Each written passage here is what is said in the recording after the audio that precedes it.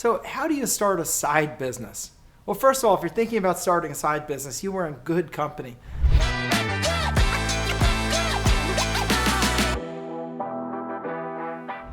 Did you know that according to a recent survey, 36% of Americans have a side business or a side hustle of some kind? Pretty amazing. And we're going to be talking about side businesses today.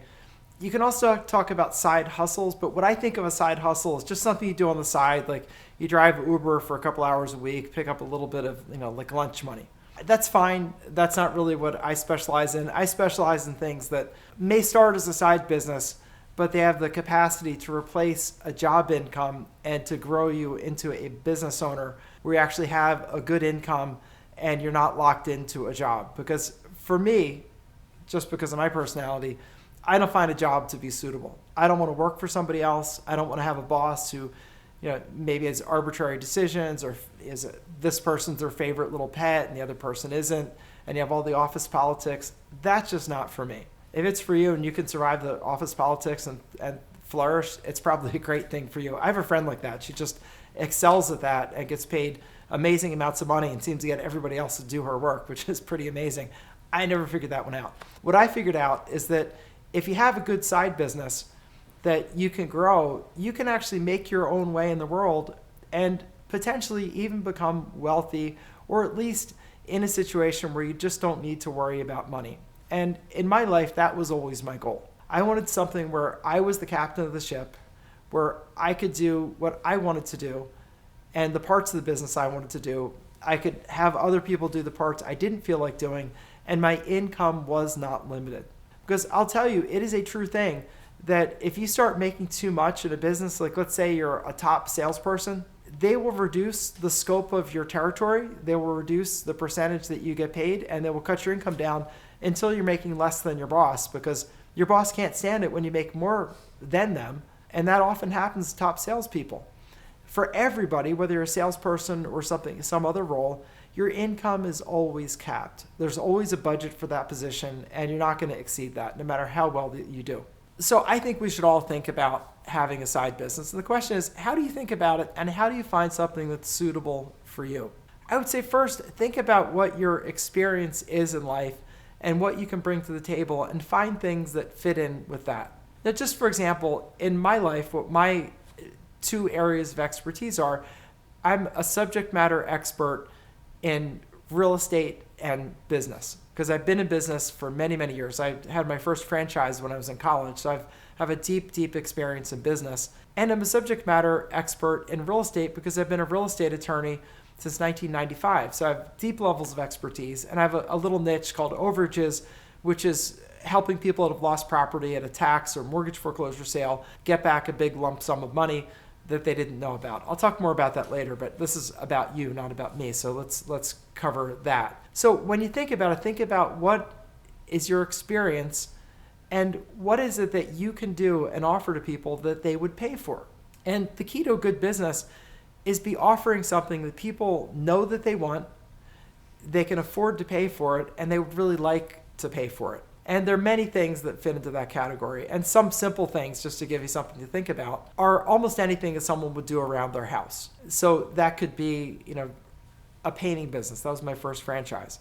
It could be grass cutting. It could be dog walking. It could be shopping for them. It could be organizing their house. It could be decorating their house. Any number of things like that. So that's the consumer side. In the business side, there are many things that people want to pay for. And I'll give you an example today of something that's an amazing opportunity, is anybody can help them implement artificial intelligence and offer that to them in their business. Because as a business owner, people are all busy, and everybody's hearing about AI and how it can help them be more efficient or have less employees or get more done with the employees they have. And people don't know how to use it yet. So it'd be very easy to become an expert in artificial intelligence, not in the sense of programming a system, but in the sense of using it in a practical way. And it might be to create advertising that's effective for your business. It might be to handle customer service inquiries, like a bot or an automated program that handles customer service inquiries.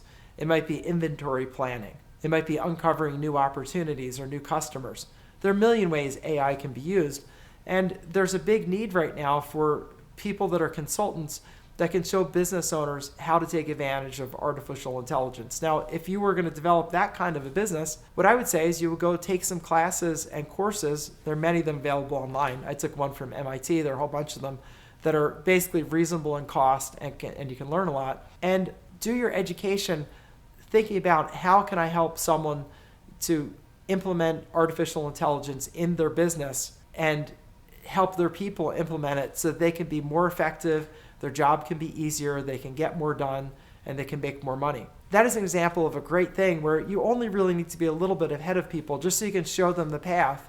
And there are no experts in AI that have been an expert for 10 or 20 years in using AI in business. So that would be a great example of something to do that you would probably need to retrain yourself for, but you could do it. So I would say that's for a person who has an interest in it. So when you think about a business, a side business for yourself, think about something that you're interested in, number one, that people want and want to pay for, number two, and that you could offer.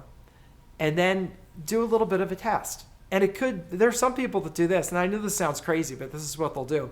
They'll put an ad up offering a service that they are not really intending to offer, but it's just a market test. And they'll just let people know when they call, oh, we're sold out, or I can't offer it right now, or I can put you on a waiting list. But they're just testing the market. And you can do that to just see if people are actually responding to your ad. So if you want to experiment, that's a cheap way to do it. And in any business, testing like that is always very important, meaning you try out an idea, sort of float a little test balloon and see if people respond to it. They used to call it, run it up the flagpole and see if anybody salutes. So you can do those kinds of things. But with your side business, I think the most important thing is that you think about your interest, your skill set, your background, and you think about things that you could offer that people would pay for that you can do. And for some people, if they're in a business, say that they're a bookkeeper for a company, well, you can easily offer bookkeeping services for businesses.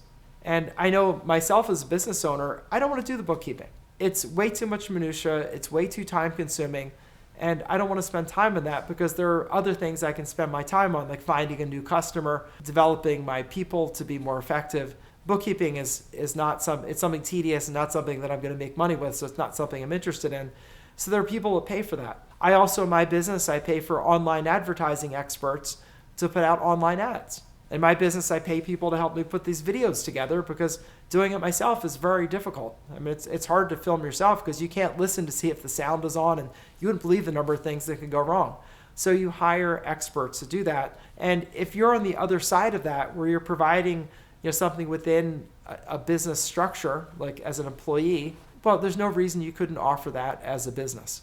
Because there are many businesses that don't need a full-time, like for example, bookkeeper or film editor or copywriter or camera operator or lighting specialist. They don't need that full-time, so you can offer that as a service. The other thing I would say, just generally speaking, I would rather serve business than consumers. When you serve business, oftentimes people are just looking for someone that could do the job competently. They're not, price shopping it to death. Often when you're dealing with consumers, they are price shopping the heck out of this thing. And I don't want to be the lowest cost provider. I don't want to be, just pared down to the absolute bone, because I want to be able to provide really good service, maybe provide some extras that people didn't expect. And if I'm just dealing with price shoppers all the time, that's really hard to do. So I would prefer to serve business. Now, that being the case, I have a business where I serve consumers. One that I serve consumers, one I serve business owners. So, I would say you can make money in both, but given the choice, I'd prefer to do something serving a business. Another thing to think about when you're starting your business is how are you going to get your leads? And the easiest way to start is if you're within your own network. Like, let's just say, for example, you do bookkeeping and accounting services inside a company, and you want to go out and do freelance. Well, you probably have a bunch of businesses that you've been interacting with and people you've been interacting with over time. And there's absolutely nothing wrong with saying to people, hey, I'm thinking about going out on my own. I'm going to be offering, bookkeeping and accounting services. Would you guys consider hiring me if I did that, just hypothetically? And just ask, because you may find like, oh yeah, we could actually use some help. We need someone, 4 or 5 hours a week. It would really be great. And I'd love to work with you, because that's not really a job interview. That's just you offering the service and seeing if they're interested. And usually the relationship between what you would make as an employee versus what you would make as an independent contractor is about 3x higher as an independent contractor. So if you're being paid $20 an hour as an employee, you're probably being paid $60 an hour as an independent contractor. And the reason for that is someone doesn't have to have you on staff for 40 hours a week or 30 hours a week. Instead, they can use you for 4 hours a week. And so if it's $240 a week because they're paying you $60 an hour, they may be like, that's way better than paying someone $800 a week for 40 hours at $20 an hour. That's why you can make much more money as an independent contractor. Now, of course, you probably won't be busy 8 or 10 hours a day, at least not at the beginning. The other thing I think you should really think about when you think about your own business is think about something you ultimately could expand if you wanted to into a pretty big and substantial business. And the great news for this is almost everything can fit into that category. Let's just take a bookkeeping service. Now you may just say, well, how many things can I do as a bookkeeper? Maybe I can work 40 hours a week. That's great, but that's limited at some point. If that were $60 an hour, 40 hours a week, that's $2,400 a week, a little over $100,000 a year, which is wonderful. Nothing wrong with that. It's great. But there is bigger possibility. And the bigger possibility is you could bring on bookkeepers under you to start providing the service. And then you change your role from the person doing the service to a business owner providing the service. And what's great is you know the business, so you know what people are supposed to be doing. You can set up systems and processes. And once you establish your own core of people that you're working for, you could bring someone in and start rolling clients over to that person and start adding in new clients and expanding your business. And you'd have a good idea of what your costs are. You'd know what it takes to provide the service. And you can network your way into a bigger business. And you just have to have the vision. And the way that business owners think, what's the addressable market? Like, how big is this market? And I would say that almost anything is big enough for an individual person to have a really great business. I mean, you'll have to be doing like inventing the next microchip or something. We live in a big country with over 300 million people in it, millions and millions of businesses, and you can expand almost anything such that you could become a multimillionaire, almost anything. So as a business owner, you think about, so is my market big enough? Can I attract enough clients to make this worthwhile? And can I grow it to where I want to? And the answer for the most of that is yes. If you're willing to organize other people and watch other people and supervise them, you can grow almost anything to where you can be doing very, very well, having savings, having a great living, and really having a nice business. And you can just stepping stone from where you are. So again, just a short summary. Think about what your skills are now, what the natural progression would be into your next business, and think of that as your first route. Now, if that doesn't appeal to you and you want to look for something different, you might do what I did. I went to a different business. I was a practicing lawyer with a regular law firm, and I wanted to do something different. So I went into something called Overages, and that's a business where I help property owners that lose their property at a foreclosure auction get back a big refund. And usually it's tens of thousands of dollars, occasionally over $100,000, sometimes even hundreds of thousands of dollars. And we do it on contingent fee, meaning we get a percentage of what we recover. And we help people get back on their feet by helping them get a big lump sum of money after they've lost their home to foreclosure. They don't know this money is there. They don't know it's available. And we let them know there's money. We let them know that we provide the service of getting it and see if they want to engage us. I do that. I love that business because I'm helping people and making great money. And because the opportunity is so big and far bigger than I could ever address, just to give you an example, in our internal database, we have over $350 million worth of monies that is sitting there waiting to be claimed, over 14,000 former owners that are owed some portion of that money, and more ones happening every day. There are about 3,000 sales a day, so we can't even keep up with it. So I started a second business where I teach entrepreneurs how to do that as a business. And I take people who know nothing and teach them the business, and they go off and do that. If that's appealing to you and you want to know more about it, then definitely click on the link down below and you'll see a video intro to the Overages Business. It's 15 to 20 minutes long, not terribly long. I give you an intro to that business, and that may be a business you want to give a try. But no matter what you do, be courageous, because ordinary people become very wealthy in ordinary businesses. And it's just a matter of becoming the organizer and getting other people that are working for you. You give them a great working environment and let them earn you money and let them have a win of having a good place to work. And you can have a truly great, financially abundant life. It's for you. It's not just for that other guy or that other woman.